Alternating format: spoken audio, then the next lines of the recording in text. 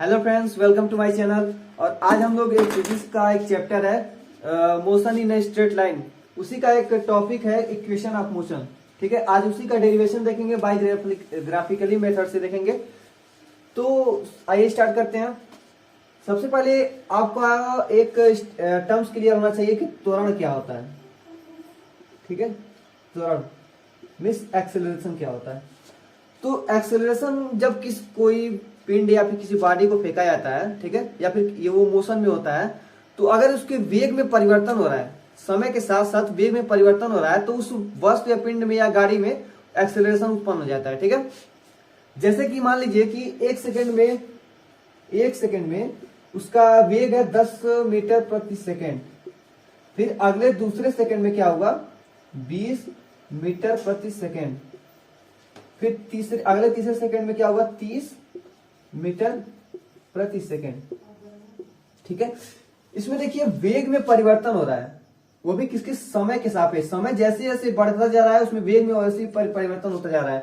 यानी कि अब इस जो बॉडी है या फिर जो मोशन हो रहा है उसमें त्वरण उत्पन्न हो चुका है। अगर यही अगले सेकंड में भी 10 रहता, अगले सेकंड में 10 रहता, यानी कि उसमें कोई मतलब उसके वेग में कोई परिवर्तन नहीं हो रहा है, यानी कि उसमें एक्सेलरेशन नहीं है।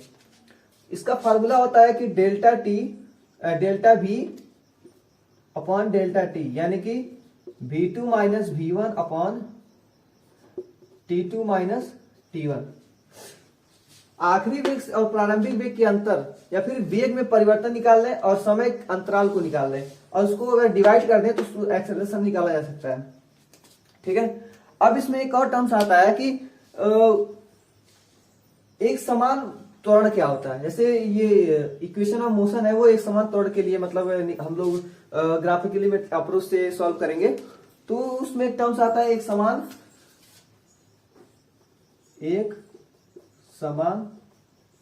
त्वरण। एक समान त्वरण मतलब क्या होता है कि समान समय अंतराल में जो पार्टिकल या फिर पिंड का जो वेग है, वेग परिवर्तन है, वो समान हो। जैसे कि यहां पे देखा जाए 10 20, इसमें अगर भी निकाला जाए, डेल्टा भी निकाला जाए, तो यहाँ पे 10 होगा, 20 माइनस 10। ठीक है, तो यहाँ पे 10 होगा। और यहाँ पे भी निकाला जाए, अगर समय को भी अगर समय अंतराल निकाला जाए तो 2 में से 1 गया 1, यहाँ पे 3 में से 2 गया 1। ऐसे ही एक समय अंतराल पे इस जो पिंड का जो वेग है वो भी समान है। 20 में से 10 गया 10, 30 में से 20 गया 10। ठीक है, ऐसे 10 यहाँ पे जो समान समय अंतराल पे समान पिंड का जो वेग है वो समान है। ठीक है, तो उसको बोलते हैं एक समान त्वरण कहते हैं। ठीक है,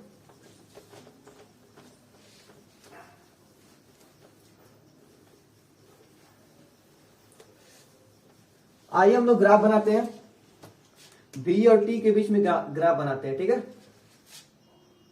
ये रहा y एक्सिस,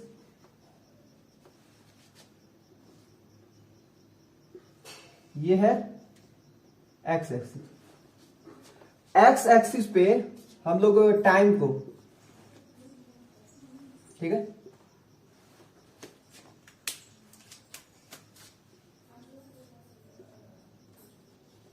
टाइम वो भी किस में लेंगे, सेकंड में लेंगे।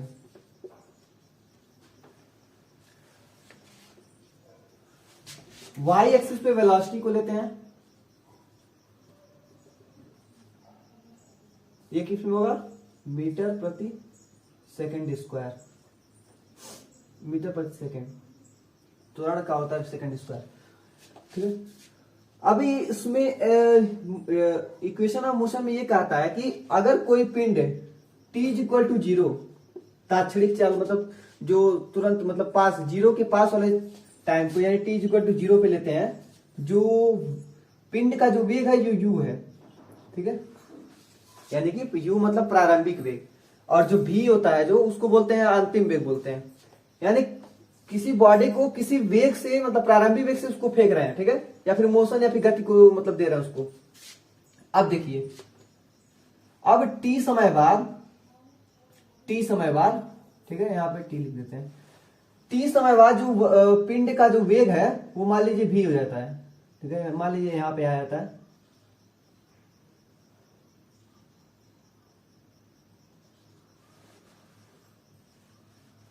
सॉरी,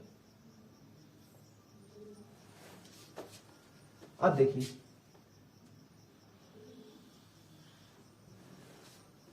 ये क्या है, उसका ढाल है।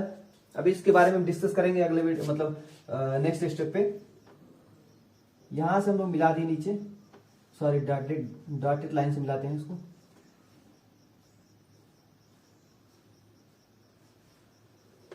इसको मिला दिया जाए, एक त्रिभुज बन गया यहाँ पे, और इसको मिला देते हैं।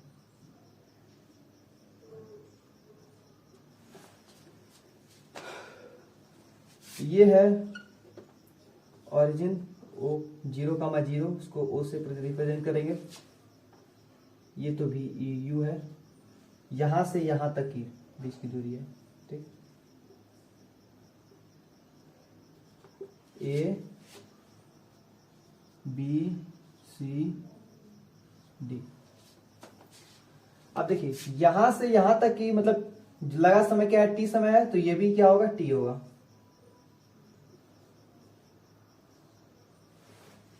ये क्या है, प्रारंभिक वेग है यहाँ पे, तो समांतर है तो इसको भी लिख देते हैं यू। यहां से यहां तक के बीच की दूरी कितना है,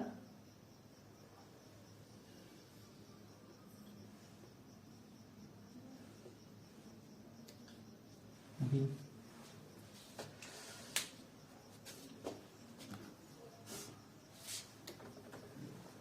जब पिंड यू पे था तो टी का मान जो था वो 0 है, देख लिया यहाँ पे ग्राफ में दिख रहा है, टी इक्वल टू 0 है। अब टी समय बाद जो पिंड का या फिर कण का जो वेग है, पार्टिकल का वेग है, वो भी हो गया यहाँ पे आते आते। तो आइए स्टार्ट करते हैं।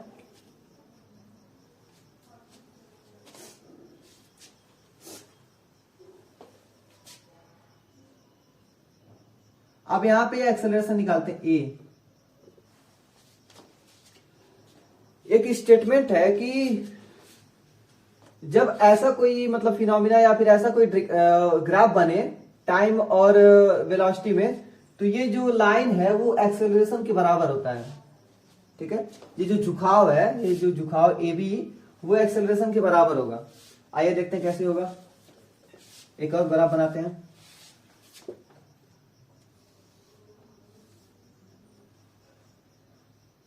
टाइम हो गया, भी हो गया।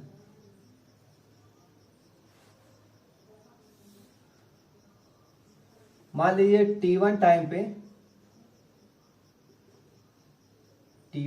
पे जो कण का वेग है वो v1 है। फिर t2 टाइम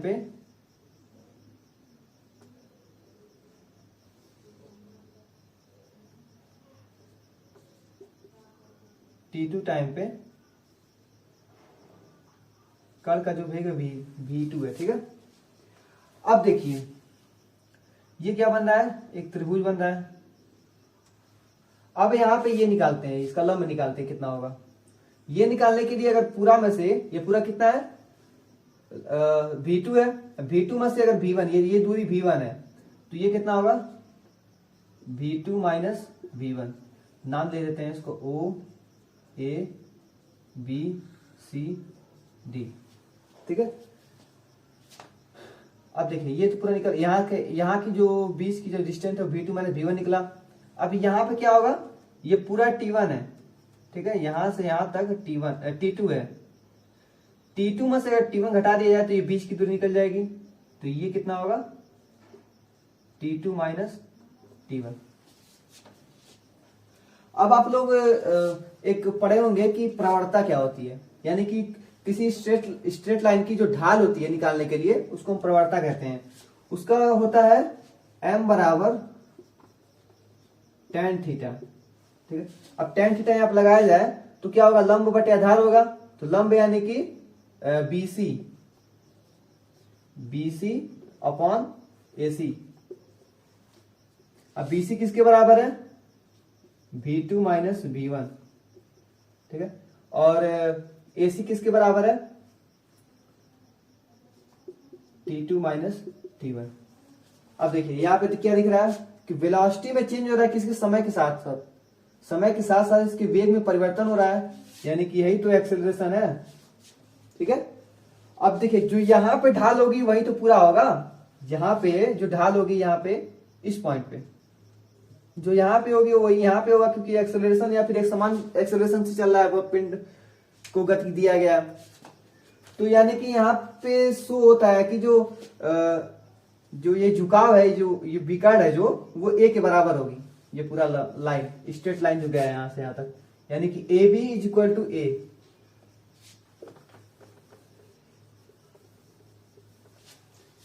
अब देखिए जो एक्सेलरेशन इज इक्वल टू क्या होगा यहाँ पे, tan थीटा बराबर होगा, यानी कि लंब, ये क्या होगा, लंब बटे आधार। लंब कितना है, BC अपॉन AC।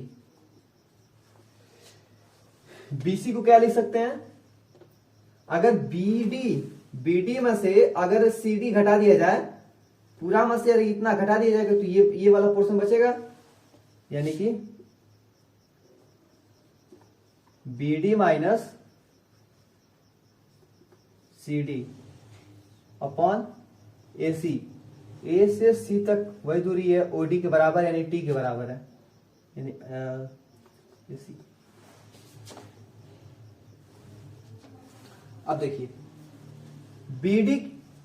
BD का मान कितना है, B और D, यह है अंतिम वेग।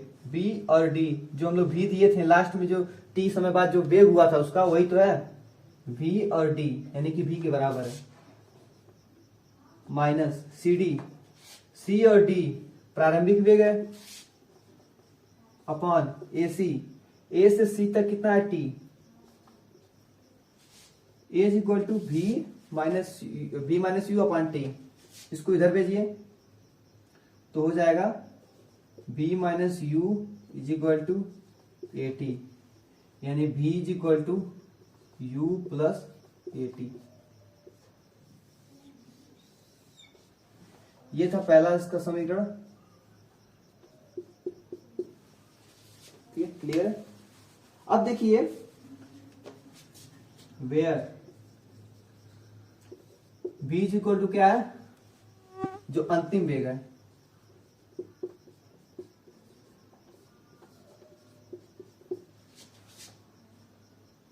U क्या है, प्रारंभिक, और A एक्सेलरेशन है, T टाइम है। अब यहां पे देखा जाए, अगर प्रारंभिक वेग 0 किया जाए, यानी ऑरिजिन से 0 से यहां से फेंका जाए, यहां से यहां तक, यानी अगर इसको 0 किया जाए तो AT यानी कि A और T जो होगा वो V के बराबर होगा, ठीक है। अगर एक्सेलरेशन को 0 किया जाए, एक्सेलरेशन यानी कि उसमें कोई, यानी एक समान गति से चल तो रहा है लेकिन उसमें वेग में परिवर्तन नहीं हो रहा है, तो जो अगर 10 मीटर प्रति सेकंड के स्पीड से फेंके हैं तो लास्ट तक यानी अंतिम वेग तक ही 10 ही होगा, ठीक है, 10 मीटर प्रति सेकंड की होगा, उसके वेग में कोई परिवर्तन नहीं होगा। यहाँ पे दिख तो रहा है, यहाँ पे अगर A 0 किया जाए तो ये पूरा पोर्शन 0 हो जाएगा, और B और U के बराबर होगा, यानी कि प्रारंभिक वेग अंतिम वेग के बराबर होगा। 10 मीटर प्रति सेकंड के स्पीड से फेंके हैं, 10 मीटर प्रति सेकंड के विष्टु में लास्ट तक वही उतना ही रहेगा, ठीक है। अब हम लोग सेकेंड इक्वेशन की बात करते हैं, स्टॉप करके नोट कर सकते हैं आप लोग, ठीक है। अब सेकेंड इक्वेशन,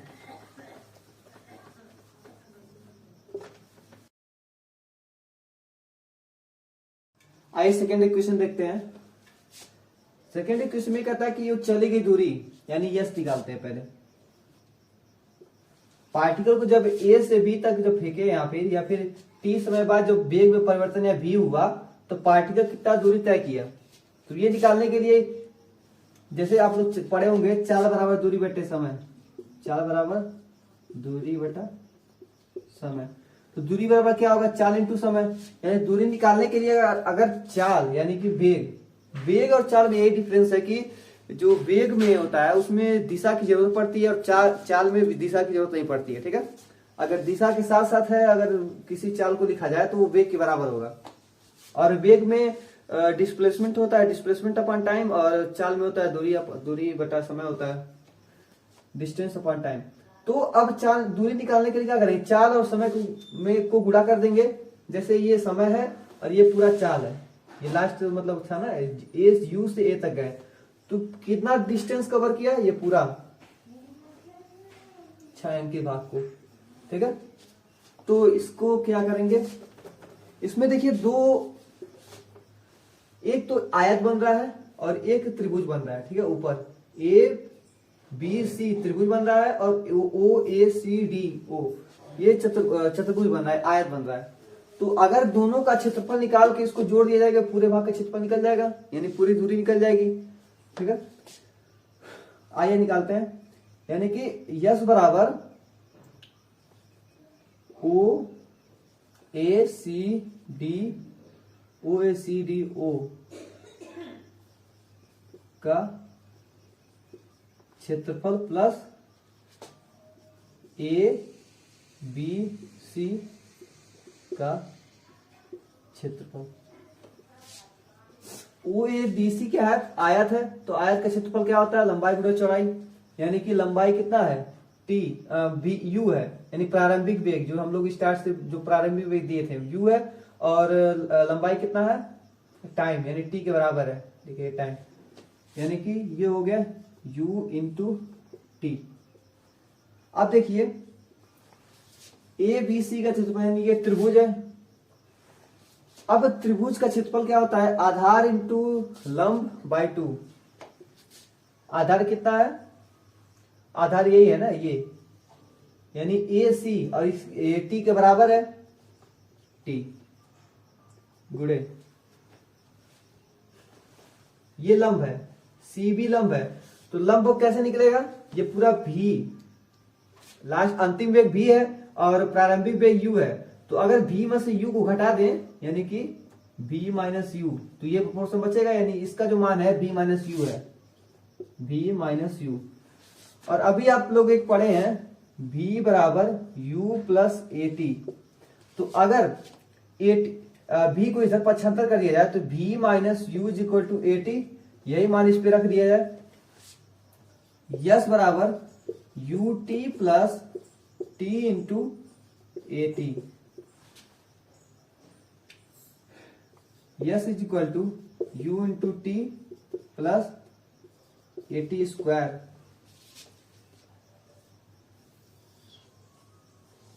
और ये बाय 2, यानी कि यू यस बराबर U T plus half A T square.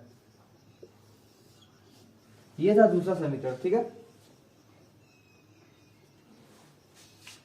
अब इसमें देखिए यस है जो डिस्प्लेसमेंट है, दूरी है, यू प्रारंभिक वेग है, टी समय है, ए एक्सेलरेशन है, यहां पे कुछ गड़बड़ी है, यस बराबर U T plus half A T square. अब आइए तीसरा बात करते हैं,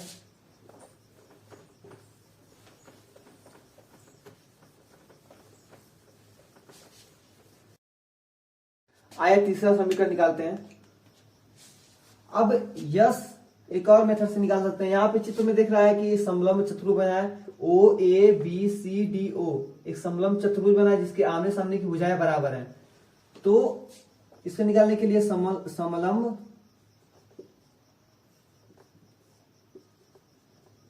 चतुर्भुज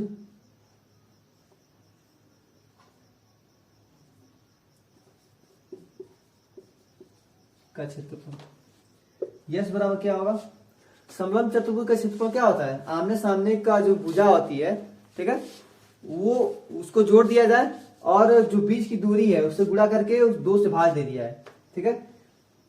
यानी कि ये जो है आमने सामने की भुजा, आमने सामने की भुजा क्या है, ये वाला ए ओ और डी और बी, ये दोनों आमने सामने की भुजा है, तो दोनों को जोड़ दिया जाए, यानी कि u प्लस v, ठीक है, इनटू, अब देखिए इनके बीच की दूरी कितना है, दोनों समांतर भुजाओं के बीच की दूरी, यानी कि a से c तक बीच की दूरी है, और वही t के बराबर है, तो ये लिख सकते हैं t। अब आप अभी पढ़े हैं v बराबर u प्लस ए टी, यहां से ए टी बराबर हो जाएगा v माइनस यू, और t बराबर हो जाएगा v माइनस यू अपॉन ए, यही मान इस पे रख दिया जाए। यस बराबर u प्लस भी into B minus you,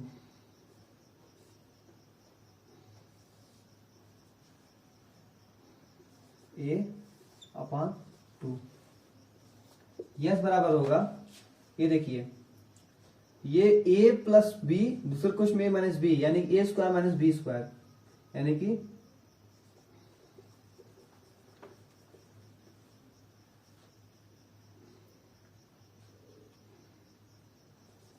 B square minus U square,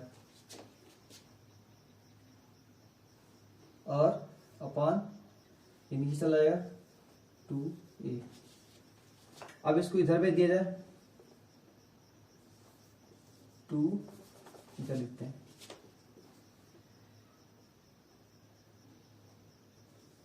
2a yes यहां पे होगा बराबर, यानी कि बी स्क्वायर बराबर यू स्क्वायर प्लस 2as। यह है तीसरा समीकरण। तो हम लोग गति के तीसरा समीकरण पढ़ चुके हैं। पहला समीकरण था v बराबर यू प्लस ए टी, दूसरा था बी स्क्वायर बराबर यू स्क्वायर प्लस 2a, दूसरा था b बराबर U T plus half A T square, और तीसरा था v स्क्वायर बराबर यू स्क्वायर प्लस 2as, जिसमें v जो है वो अंतिम वेग है, u है प्रारंभिक वेग है, और a एक्सेलरेशन और s है जिसके बीच की दूरी है। ठीक है, तो अब अगले वीडियो में हम लोग बात करेंगे कैलकुलस विधि से कैसे निकालेंगे। तब तक के लिए वीडियो को लाइक करिए, चैनल को सब्सक्राइब करिए। Bye bye.